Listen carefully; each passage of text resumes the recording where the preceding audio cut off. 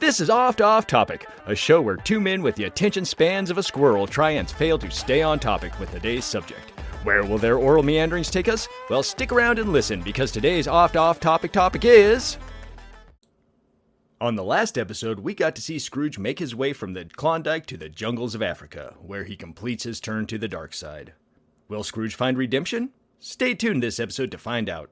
Also, more fun facts to come, such as how Scrooge McDuck was one of anime's biggest influences. That and more on our final Scrooge McDuck episode. For the next year, Scrooge hops around Africa and Europe, selling lawnmowers in the Sahara, salt in Egypt, and even selling wind to windmill makers. Then he comes up with a grand scheme. He heads to Greenland, where he meets up with Robert Peary, who's currently on his way to discover the North Pole. And that's actually the guy who discovered the North Pole, too. I kind of like the fact some of these things are factual in history on this book. Right, loosely, but there, yeah. Yeah, very loosely, but it's like, hey, that's kind of neat. And that's one of the things I liked about the old Scrooge McDuck comics I used to read as a kid. Is like, oh, well, there's some fun facts in here about stuff. But anyways, Scrooge wants to sponsor Mr. Peary's efforts to get to the North Pole, and all Scrooge wants in return is to buy the North Pole. So every time someone looks at a compass, they owe him a royalty for using north. Which, that would be interesting to see how that holds up in court. But if you could get away with that, that would make you a lot of money. That absolutely would make you a whole much money. Or they would just change it to North 2 and then just be like, hey, 5 degrees off. Anyways.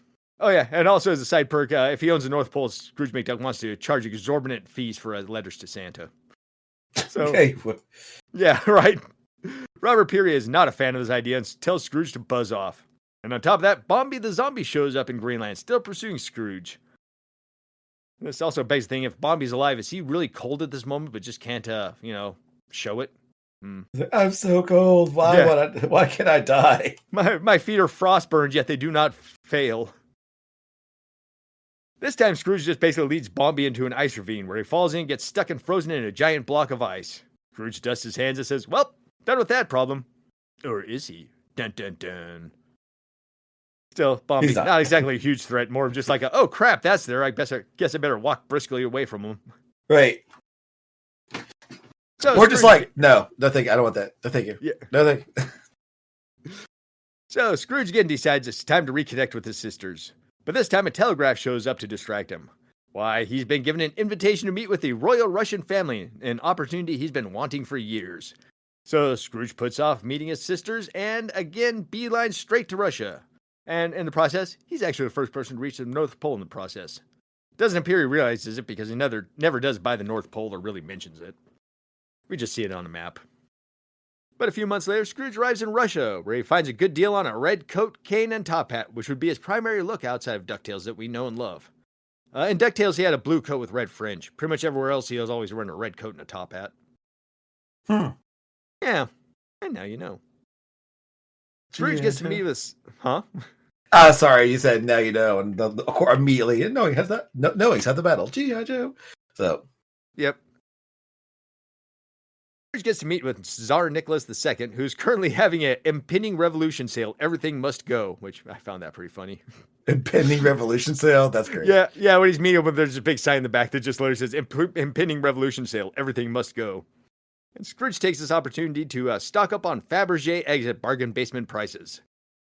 Tsar Nicholas then tells Scrooge about a legendary striped ruby, and Scrooge decides to put off his sisters yet again for a few more years while he searches all around West Asia for that striped ruby. He does eventually find that ruby too, by the way. Scrooge then boards a ship leaving Southampton and begins making his way home. On this boat, he meets famous rich man of the time, John Jacob Astor IV, or JJ as Scrooge calls him. Actually, John Jacob Astor IV is actually a real-life person, too. He is famous for inventing the bicycle brake and building the Astoria Hotel and also helping develop the turbine engine. And I believe he was born into a lot of money, too, kind of one of those guys. And his name is my name, too. What was that? His name is my name, too. Yep. I get it. Oh, yeah. And also, John Jacob Astor IV was the richest person to die on the Titanic. Yep, old Scrooge is on the Titanic right now. And nice. We also find out why the Titanic sank that day, too. You know that iceberg it hit? Well, the reason that iceberg floated out in front of it was because Bombi the zombie was in the middle of that iceberg and still trying to make his way to Scrooge. That voodoo magic was so strong that it pulled Bombi along with the whole glacier right into that Titanic. So Scrooge is actually responsible for a lot of deaths at this point. Right? So, yeah. Did The you catch monster. that though? Yeah. Also, Scrooge's like, "Oh my god, that glacier has been pulled here by Bombi's magic."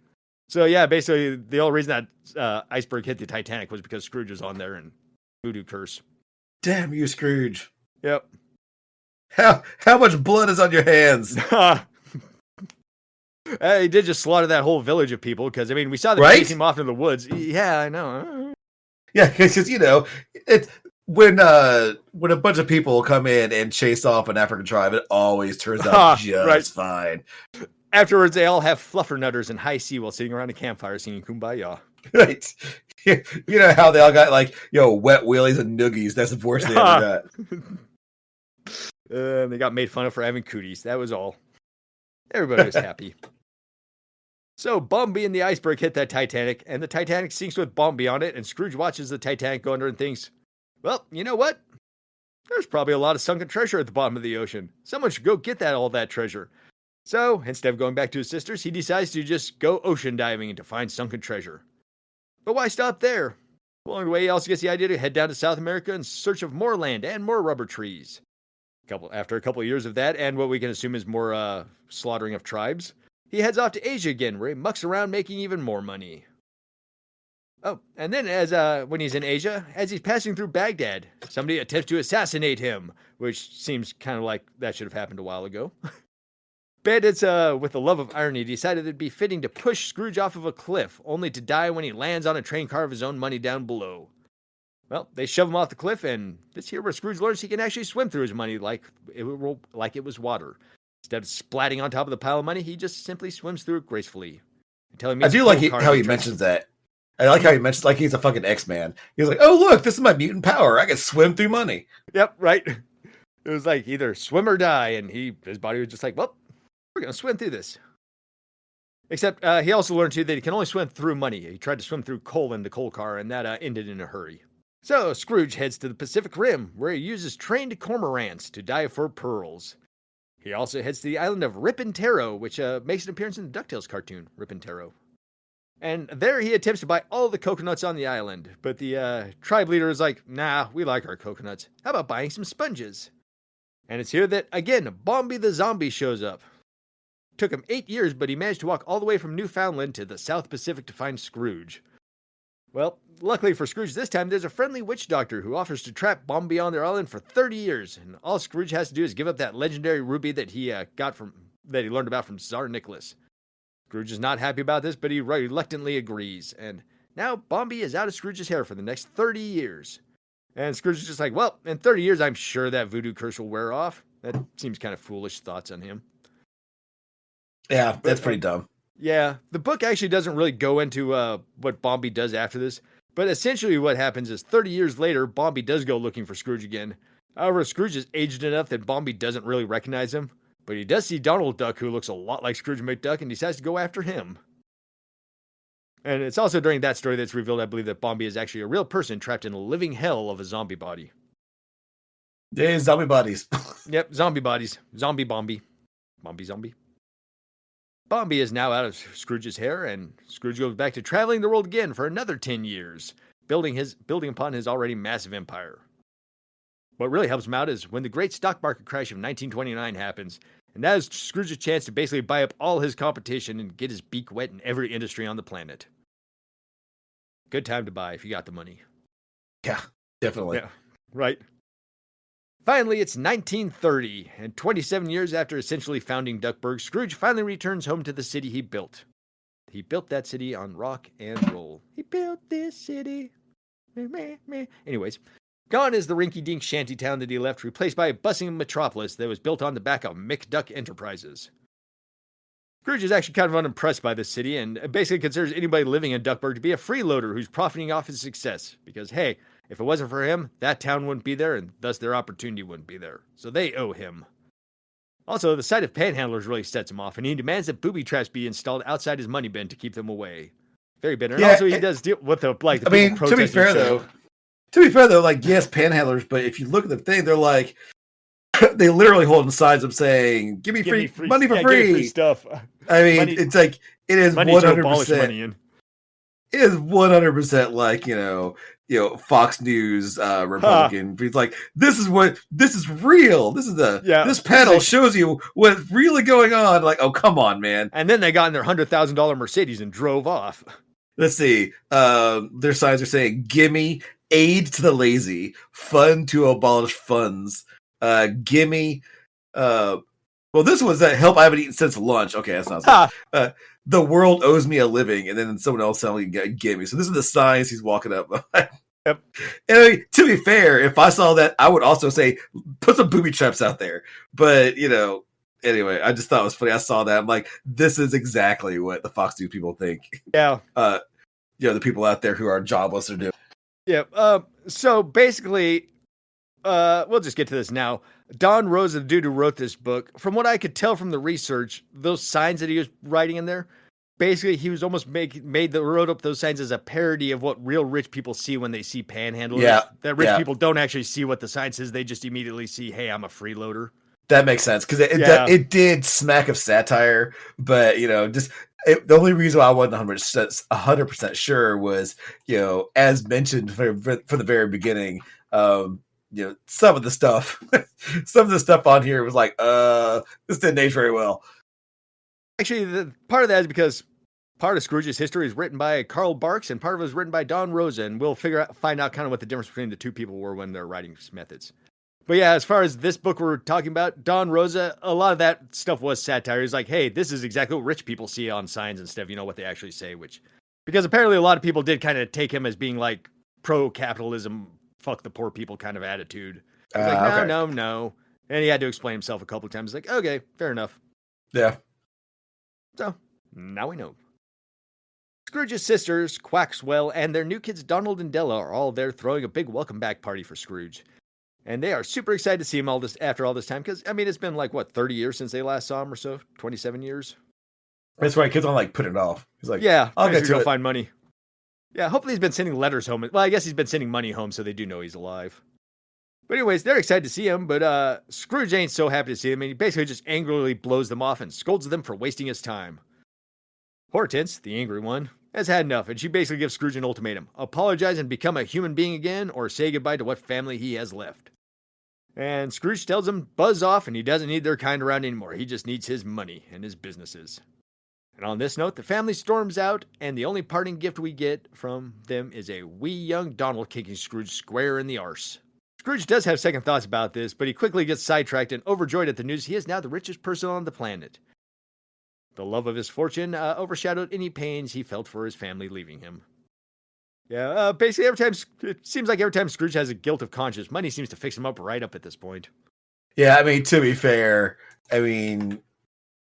that's actually pretty. I would exactly. That would definitely be something that would kind of dry my tears. It'd be something my family left for forever, but at the same time, oh no, my family. By the way, the richest person in the world. Well, I guess I'll get over it. I can buy myself a different family, one that actually likes me.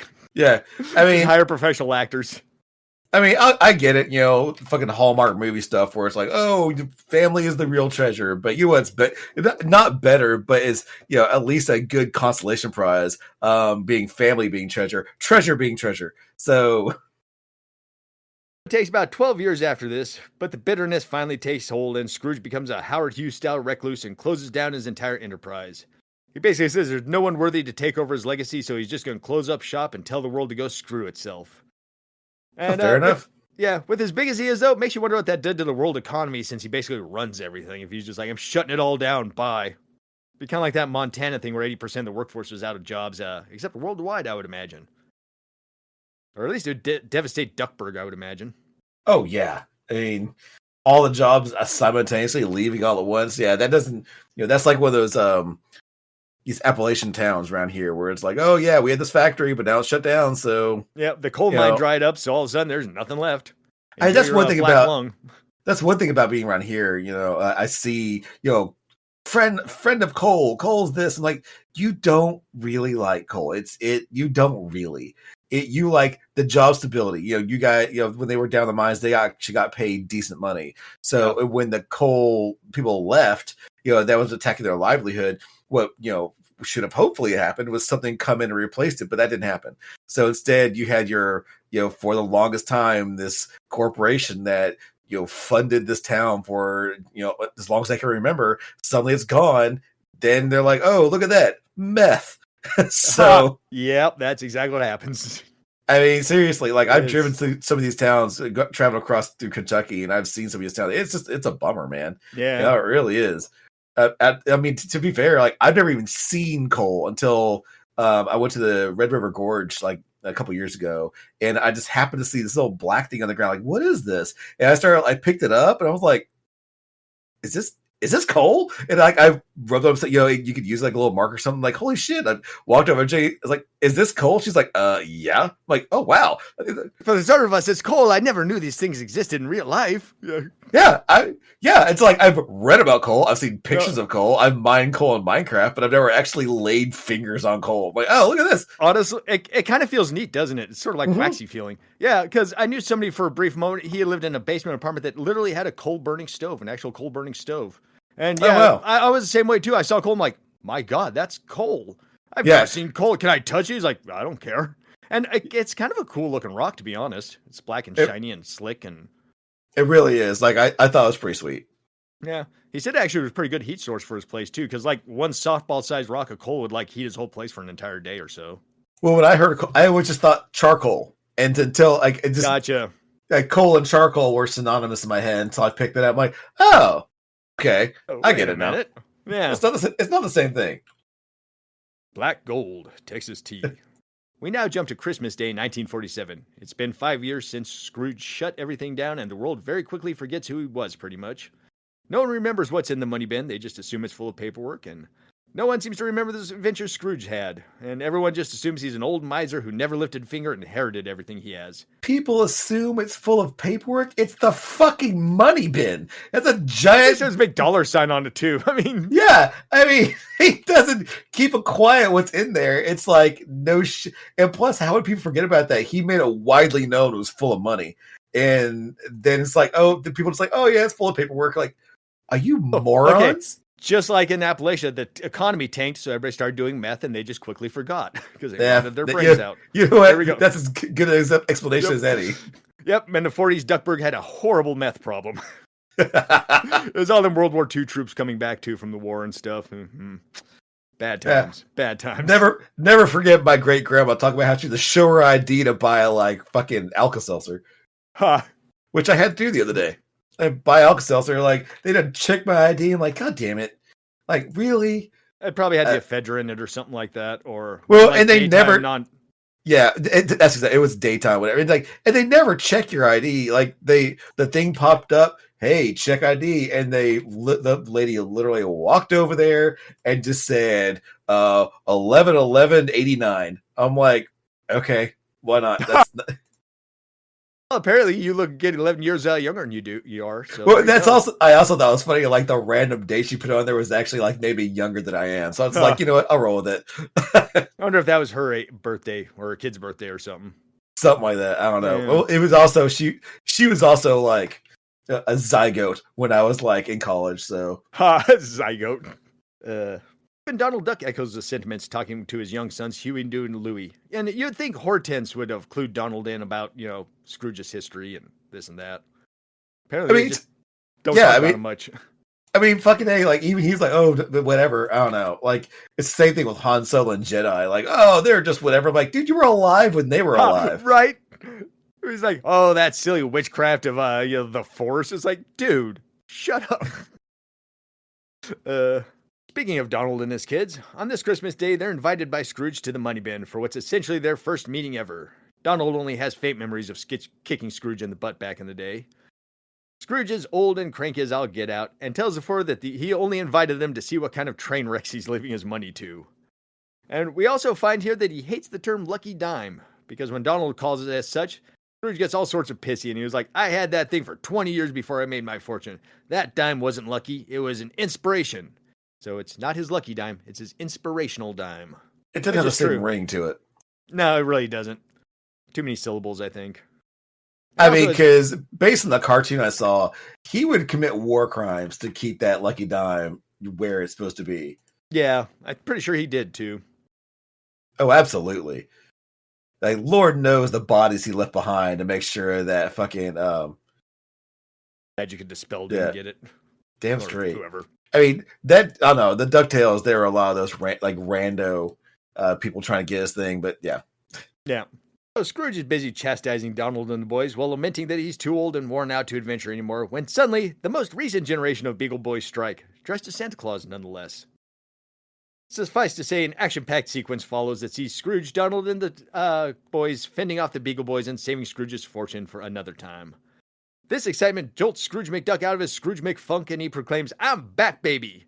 And then proudly states that he has another good 20 years of adventure left in him, and he's going to take those 4 along with him every chance he gets on those 20 years of adventure. And you know what? That's pretty prophetic, Nate, because that he says 20 years of adventure left, because that's exactly what he gets. Canonically, Scrooge McDuck dies in 1967 at the age of 100. And that is the life and times of Scrooge McDuck. So wait, so Donald and Huey and Dewey are going off, like, doing adventures? That was in the 60s? Yep. If we're going by the original OG timeline of Donald or Scrooge McDuck. Yeah, I get, sure. It's like, yeah, I guess it's like, how dare you change my DuckTales from the youth? But, it's, I get it. I mean, things are always retro, it's the fucking multiverse, Well, we'll get into what this book was in just a second. But first of all, this book is actually now banned by reprint from Disney. Why? Because the whole Bombi the Zombie and Fulazula's depictions in that one issue. Yeah, apparently they can reprint any part of the book they want, just not the issues that have him in it, which, as you know, those are pretty important issues in that book. So basically, we're not going to get any more reprints of the life and times of Donald Duck as it is. This book shall slowly be lost to time, Nate, other than people with PDFs and who collect it. Right? Well, I mean, it's the same. Well, I appreciate that. I really do. I mean, I appreciate people being sensitive, but you can't exactly steamroll over the past. I mean, keep it around as an example of what not to do.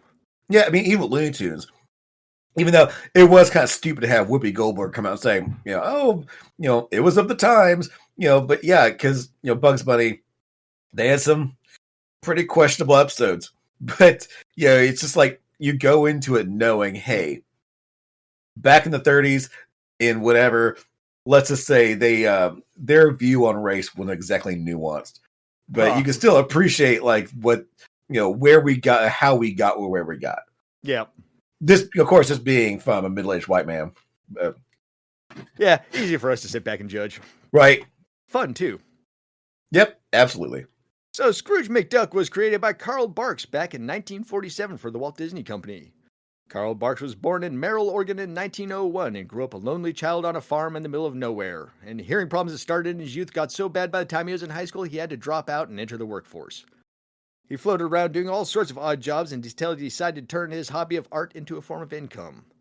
In 1935, he gets hired at Disney making $20 a week, or roughly $450 a week in today's money. But he was unhappy with the conditions there and he left in 1942. That's not bad. No, that's actually not awful. That's pretty fucking good.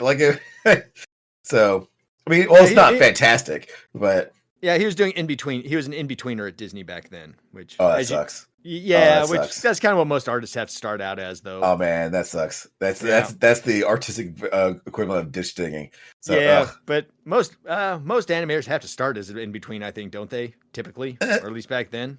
Well, yeah, I guess. I mean, let's put it this way. That's why Simpsons is made primarily in Korea. They do the keyframes over here and they ship over there to do all that stuff. So even DuckTales, I think, was framed over in Korea too as well. That wouldn't surprise me. Yeah, I mean, it's just cheaper. It sucks to me. I'm not a big fan of like shipping jobs overseas, but it's like a lot of artists coming. I know, like when I graduated from college, I didn't necessarily want to go and draw fucking tweens. That sucks. So, yeah. Gotta get your foot in the door somewhere, though. Yeah, well, there you go. Yeah. After working at Disney, he leaves there in 1942, unhappy with the conditions. Carl Barks then gets a job at Western Publishing, which is mainly known to us as being the publishers of those Little Golden Books series. Remember those guys from our youth? Golden Books? Yeah. Oh, yeah, Golden Books. Yep. He wound up working in the place that published those, and they were also the place that published Dell Comics. And, he started working in the Dell Comics division, and they actually had the exclusive book rights to all Walt Disney licensed characters. And via this, Carl would be allowed to create Scrooge McDuck for the comics in 1947. Scrooge was originally supposed to be just a one-shot character, but Carl Barks saw the potential in using money as a vehicle for adventure. And also, a lot of Scrooge McDuck's, traveling around doing a bunch of jobs is kind of based off Carl Barks' youth, where he basically had to just float around from job to job before he decided to become an artist. So, a little bit based off his own personal experiences. They all say basically partly based Scrooge off of Ebenezer Scrooge, naturally, and also partly based off of another famous Scottish millionaire, Andrew Carnegie of the Carnegie Hall fame. Also, fun fact, Carl Barks' society was at its peak in 1910 and has all been downhill since. So, take that for what it's worth. Yeah. Yeah. Also, if you're wondering about Carl Barks, he is pro-capitalist. So, he was kind of more along the lines of, yeah, Scrooge was right to do what he did. He actually has a quote saying, they say the wealthy people like the Vanderbilts and Rockefellers are sinful because they accumulated fortunes by exploiting the poor. I feel that everybody should be able to rise as high as they can or want to, provided they don't kill anybody or actually oppress other people on the way up. A little exploitation is something you come by in nature. We see it in the pecking order of animals. Everybody has to be exploited or to exploit someone else to a certain extent. I don't resent those things. Well, there you go. Well, there you go. So, the comic series of Scrooge himself, Barks worked on that from the first issue in 1952 all the way up until 1990. He was still working on that comic. He actually retired from the comic back in 1966, but it was basically because he was doing both the writing and the art. But he was convinced to keep penning stories for Scrooge comics. So, yeah, he was actually involved in them for a good long while. Yeah, sounds like. I mean, hell, it's a steady job. Yeah. Yeah, I was just saying, you also have to appreciate the fact, with things like comics or even cartoons to a lesser extent for some of these bigger studios, when you have a little more free range to do things, that's when you really start finding the really kind of interesting stuff. Scrooge came around, he became a fairly big popular character. Another character like that was fucking Harley Quinn. It was a cartoon that, here's this character, we'll make it, and then all of a sudden it blows up. It's just really nice to see sometimes when you have someone come in and instead of studios having their fingers in every little bit of it, they get a little bit more freedom with some of these lower things, for instance. True, that's pretty much what happened to Scrooge McDuck, because they basically saw what Carl Barks was doing. They're like, hey, we like what you're doing. You're just coming up with all sorts of great stories we could build off of or use in future stuff. And Disney essentially gave him kind of like something they rarely ever do, and that's like free reign to get him to write whatever he wants and as much as he wanted with Scrooge McDuck.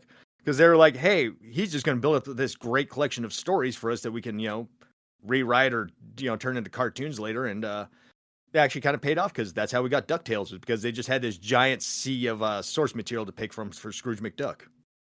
Right. Yep. I mean, and he went on ventures. So they're like, oh, look, here's this character. It's already pre-made for us.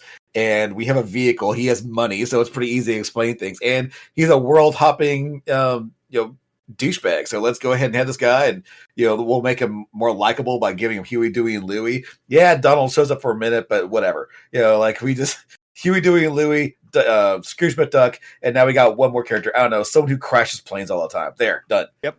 McDuck comics were actually one of the world's widest distributed comics in the world ever at the time, which makes sense because Scrooge McDuck was going all over the world. So you could be a kid in China, and eventually he's going to come to your town and be like, "Ooh, look at this!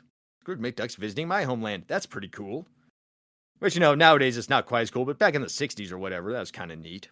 Yeah. So, Carl Barks would pass away from leukemia in the year 2000, and a year prior, he gave this badass Conan the Barbarian-esque quote about death. I have no apprehension, no fear of death. I do not believe in an afterlife. I think of death as total peace. You're beyond the clutches of those who would crush you. Doesn't that sound like a Conan the Barbarian thing? That does, actually. That's kind of a badass thing to say before you die. Hell yeah. I will be beyond the clutches of all those who would crush me. But then again, makes you wonder what kind of life he lived where there's people trying to crush him. I know for a fact there are people out there who don't necessarily, I'm not their favorite person. I mean, there might be people who straight out just don't like me. I get that.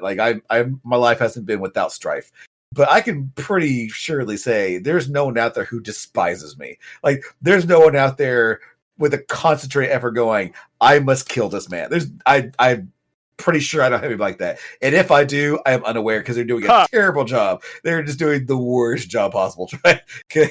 corner you with like a butcher knife, be like, you know who I am and why I'm here. And then you're like, I have no clue. He's like, don't lie to me. And the next thing you know, he's just like breaking down crying. Oh. He was like, dude, sorry, man. I have no clue. I know this plan is all great. I know you say this has been building up for years, but I literally just stumbled upon this. This was pure fate or pure accident. So, as far as the book that we referenced, The Life and Times of Scrooge McDuck, well, that is all due to comic book legend Don Rosa himself.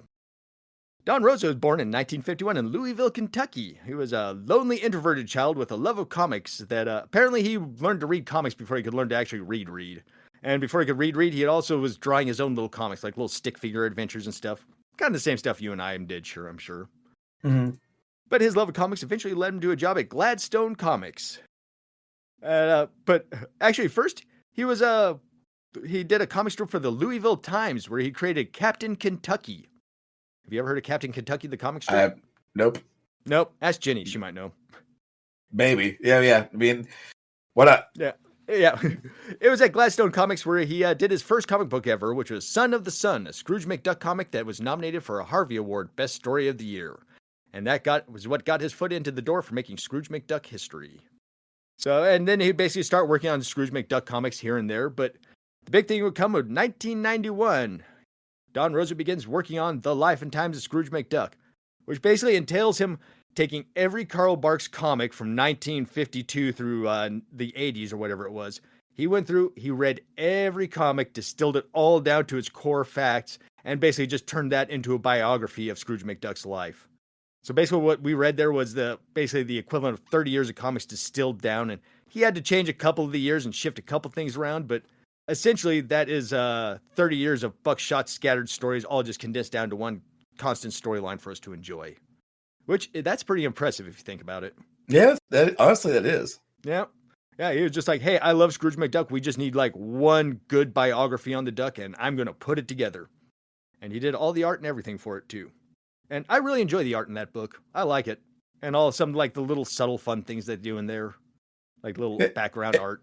Yeah, every so often, the panels he would make, they're honestly almost like the Where's Waldo, where, not necessarily Waldo itself, fuck him, but like the backgrounds. So much going on and stuff. Yeah, like just even like the little subtle things in the background. I mean, like there was one panel he did where, Scrooge shows up in this old West town and like all these, like the whole town's in chaos. I mean, realistically, there's no town that could function like this, but like everyone, like people getting thrown out windows, it was actually pretty sweet. Horses running around sipping tea and weird stuff like that, random things. Yep. Yeah, I love scenes like that in comic books. Just stuff you could stare at forever and see something new every once in a while and be like, hey, this is neat. So, anyways, that book would actually win him the Will Eisner Award in 1995. And in case you're wondering, the Will Eisner Award is essentially the comic industry's version of an Academy Award. So, good job on you, Don Rosa. You earned it. Also, most of Rosa's stories, his Scrooge McDuck comics they did, has the letters D-U-C-K hidden in either the first panel or on the cover art if he did the cover art of it. D-U-C-K was a backronym for Dedicated to Uncle Carl from Keno. Keno is being Don Rosa's real first name. Basically, eventually Disney caught on to this and told him to knock it off. So he had to actually get even sneakier in hiding them in the comics, but he still managed to do it. It's kind of fun when they get to do stuff like that. Yeah. Also, based off this book in 2014, Finnish composer, I'm going to butcher his name, Tuomas Holopainen, songwriter for the band. Hey, you had to add the little woo woo. Yeah, Tuomas Holopainen. He was songwriter for Nightwish. He released a concept album based on this comic titled Music Inspired by the Life and Times of Scrooge McDuck. And Don Rosa illustrated the cover artwork for this album. And it's actually a really good album. I thoroughly enjoy it. Not every song on it's a banger, but it basically goes in flow with the comic book. Starts out with him being in Glasgow with nice little Scottish bagpipes and this and that, and eventually, goes into Wild West kind of music. Anyways, go check it out. What was it called? Music Inspired by the Life and Times of Scrooge McDuck. It's worth it. I like it. Oh yeah, it would also be a miss if we did not touch on DuckTales, the actual cartoon. Which I think what we're going to do is eventually we're going to just do a whole thing on that Disney block of those cartoons and cover them all in one thing. So we're not going to go into too much DuckTales stuff at the moment. That makes sense. But, yeah. But the first run of DuckTales premiered in 1987 and would run for 100 episodes over 4 seasons. These stories were actually based off the original Carl Barks comics back in the day, and Basically, they kind of did the same thing Don Rosa did, just not as in-depth. They just went and kind of cherry-picked a bunch of the old Carl Barks stories and sort of put them in an order that kind of made sense. This cartoon would also give life to a 1990 theatrical release and the legendary NES game as well, which that was a really fun game. I also liked it too because it was kind of challenging, but it wasn't like super hard, stupid hard like some of those NES games where it's just like, come on. Oh God, some of those. Man, Yeah. some of those games. This should be a violation of the Geneva Convention. Absolutely. Yep. For the original DuckTales series, Scrooge McDuck was voiced by Alan Young, who actually played Wilbur on Mr. Ed way back in the day. And he was also doing Scrooge's voice since 1974. And they actually brought him back one time to do a Scrooge's voice in the DuckTales video game remake in 2013. Which was kind of cool, but also kind of sad because you can tell he was very old doing the voice in there. Because he sounded like a really old Scrooge McDuck. But, good for him. Also, fun fact about that show, the voice of Babyface Beagle and Launchpad McQuack in the DuckTales series was a man named Terry McGovern, and he is actually credited with creating the word Wookiee. See, he was working with he's friends with George Lucas and working on him back in THX 1138 back in the day. And Terry was driving George Lucas around in a car, and Terry hit a bump while driving around, and Terry said, "I think I just hit a Wookiee," which George Lucas said, "What's a Wookiee?" And Terry just said, "I don't know, something I made up. Sounded funny in my head." And the rest is hairy ape history. But yep, that's actually verified by both George Lucas and what's his butt, Terry McGovern. So there you go. Fun fact. Then we also have the 2017 DuckTales reboot, which was actually influenced by the times of life of Scrooge McDuck. In order to work on that show, you had to read that book. That was what the showrunners required. If you wanted to be a writer on the new DuckTales series, you had to read The Life and Times of Scrooge McDuck. Good. Yeah, actually. And that was basically heavily what influenced that series. And that ran for 3 seasons and 74 half-hour episodes. David Tennant was the voice of Scrooge for this one. Which at first bugged me because he does a very soft-spoken Scrooge McDuck instead of like a gruff Scrooge McDuck, but it grows on you in a hurry. Yeah, I mean, I haven't seen any of the newer one, but I have seen clips. I like David Tennant though, so I mean, I'm not. He's by no means like, oh, David Tennant, but I mean, I do appreciate his work. He is a solid actor. I mean, of course, Doctor Who, no shit, Doctor Who. Honestly, my favorite Doctor Who is Matt Smith, but I still really like, David Tennant. He's so close to my number one. But I really loved him also as the bad guy as the Purple Man in Jessica Jones. He was brilliant in that. So if you haven't seen it, you should see it. Just watch the first season. The rest you don't need to watch the rest. But the first season with him in it was amazing. Enjoyable in Good Omens as well. He was. Oh man, I forgot about that. He is. Good Omens. He was both seasons. He was amazing. So I haven't seen the second season of Good Omens yet. I forgot that was out. It was really good. I mean, it's not. I was kind of scared to watch it because I thought they ended the first season just fine and could have just left it there and made everything. They did. But I mean, this second season, it's a little bit bigger. I don't know. Like, I could definitely have some gripes about it, but I thoroughly enjoyed it. I say it's as good as the first season, just because the first season was based off the book, and the second season wasn't. But they did a justice. It was really good. I'll have to check that out. So, Steven Spielberg and George Lucas have both acknowledged that the rolling boulder booby trap in the opening scene of Raiders of the Lost Ark was directly ripped off of a 1954 Carl's Bark Uncle Scrooge adventure called The Seven Cities of Cibola. Yeah, and if you see frames of it, it's literally just like scene for scene ripped off from there. Good for them for admitting it, though. Yep, 100%. That boulder scene is a Scrooge McDuck original. Oh, there you go. Yep. Lucas and Spielberg also said that some of Bark's stories about space travel and depictions of aliens that he put forth had an influence on them as well. So Carl Barks, a little bit of an influence in the Star Wars world too, apparently. Nice. Yeah. George Lucas also wrote it as a foreword in a book. He calls Bark's stories cinematic and a priceless part of our literary heritage. Which, having read some of those early Scrooge McDuck books, they are really good. I do enjoy them. More fun facts coming your way. In 1960, the Uncle Scrooge comic became the only comic book to sell 1 million issues. The next comic that was be able to do that was Star Wars in 1977. Star Wars #1. Also should be noted back in the day, Uncle Scrooge was a quarterly comic book and went through a bunch of different publishers, but kept the same numbering surprisingly the entire time. First is part of Dell Comics, then Gold Key Comics, then Gladstone Publishing, then Disney Comics, then Gladstone Publishing again, then Gemstone Publishing, and Boom Kids. And finally, it's with IDW Publishing. We're up at 460 issues now. More fun facts. That's very, very impressive. Yeah, it is. It's one of the longest running comics ever, I think. One of the longest running, widest distributed kind of things. Anyways, another fun fact. The first ever image to appear displayed on an Apple Macintosh was a scan of Karl Barks' Scrooge McDuck. Want to know what else Scrooge McDuck inspired? Yeah, anime. Hey. Anime? Yes. Anime. Ever wonder why anime characters have giant, huge eyes? Cats. No. Well, basically, the godfather of anime, or also referred to as Walt Disney of anime, Osamu Tezuka, the guy who created Astro Boy. Well, the reason he put such big eyes on Astro Boy is because he was a huge fan of the Scrooge McDuck comics, and he loved the way Scrooge's giant eyes gave him extra expressionable abilities, or made him more expressionate. And he was like, hey, giant eyes work good on Scrooge McDuck. I'm going to put giant eyes on my characters. And basically after that, it was all anime giant eye history. There you go. Scrooge McDuck. Yep, Scrooge McDuck. Affected the world. Yep, influenced Astro Boy. So now you know why anime characters have big eyes. Well, I was told it was cats. Cats? No. Yeah, I can see that. Because cats are cute and cats have big eyes, and so they modeled the eyes of cats. But I mean, I don't know if the guy straight up said that. It's kind of hard to dispute when he's like, "This is why I did it." Like, that's literally from Osamu Tezuka's words himself. Like, what does he mean? He's so mysterious. I mean this exact thing. Yeah, right. Yep, he puts it pretty out there bluntly. He's not like, ooh, well, maybe a little bit. He's like, nope. Apparently, in one of the forewords of his book, he flat out says, "Thank you to Karl Barks for creating Scrooge McDuck and influencing my art," kind of thing. That's awesome. Yeah, there you go. Anime has been influenced by Scrooge McDuck, and I love anime. Everybody loves anime. That's a lie.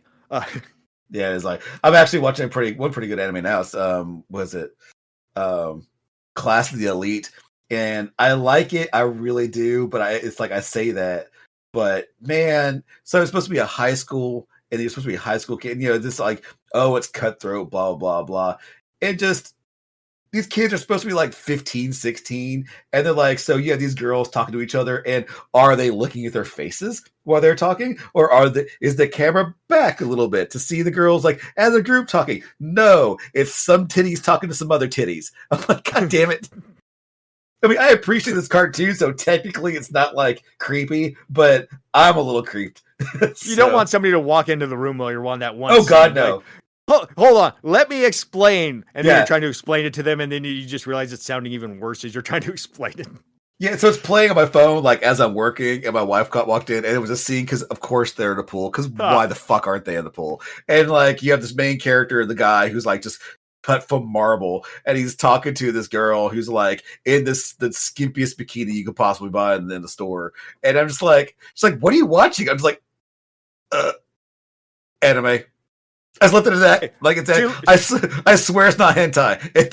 This is like, I'm watching this on Crunchyroll. It's not. I'm not going on so many weird websites. Okay, I know this looks creepy, hon, but trust me, she's not actually 12 years old wearing a bikini. She's actually 2,000 years old, so it's completely okay. All this stuff that's going on. It's totally fine. She's getting railed by like 5 guys. She's 1,000 years old. It's all good. Yeah, she's a succubus. That's what they do. God damn it. Like, I really wish sometimes I just want to look at anime. It's like, you guys are making it real difficult to like, say you guys are good. Sometimes just... I know. You're just watching the most epic anime thing ever, being like, this is amazing. And all of a sudden they have like a panty sniffing joke. And you're just like, oh my God. Sons of bitches. That's one of my favorite shows out there right now. And it actually took me a while to watch it. It's Panty Sniffers Omura? No, but it might as well be. Like, the fucking main character is like, he's obsessed with panties, and like he's a fucking creep. Like, now it like he kind of reforms himself as a good guy, but I mean, ultimately he walks around, he worships some like his teacher's old panties, and he holds them in his hand. Like, God damn it, man, why are you doing this to me? Like, I really want to like enjoy this, and you're making it difficult to do that. I gotta stop and masturbate every few seconds because it's anime. Thank you very much. I wouldn't go that far. I guess sigh, zip. Yeah. That's Trevor. Anyways. What is it? It doesn't matter. Whatever. Huh. So, remember the movie Inception? I never saw it, but I'm sure you did. Yes. So, apparently, there was a little bit of controversy when that came out about whether or not he ripped off Scrooge McDuck. Because apparently there was a Scrooge McDuck comic that came out just before Inception did that basically had the exact same plot to it. Turns out... Oh, for real? Yeah, actually it did, including... I think there's even a spinning top involved in it, too, or something along those lines. It was, like, weirdly similar. And people were like, well, obviously Christopher Nolan ripped off that Scrooge McDuck comic. Oddly enough, no. They were actually completely unaware, and they basically wrote the same damn story, like, opposite of each other at about the same time. In fact, even the Christopher Nolan script, I think, came out a little bit before the Scrooge McDuck book. But there you go. I mean, yeah, there's only a certain amount of, there's only so many ideas out there. Yeah, I mean, right. there are absolutely people who take advantage and like cheat. Yeah, I mean, I'm not saying there isn't. And honestly, Don Rosa and Nolan probably read the same sci-fi book around the same time that gained the same inspiration or something, because that happens. It does.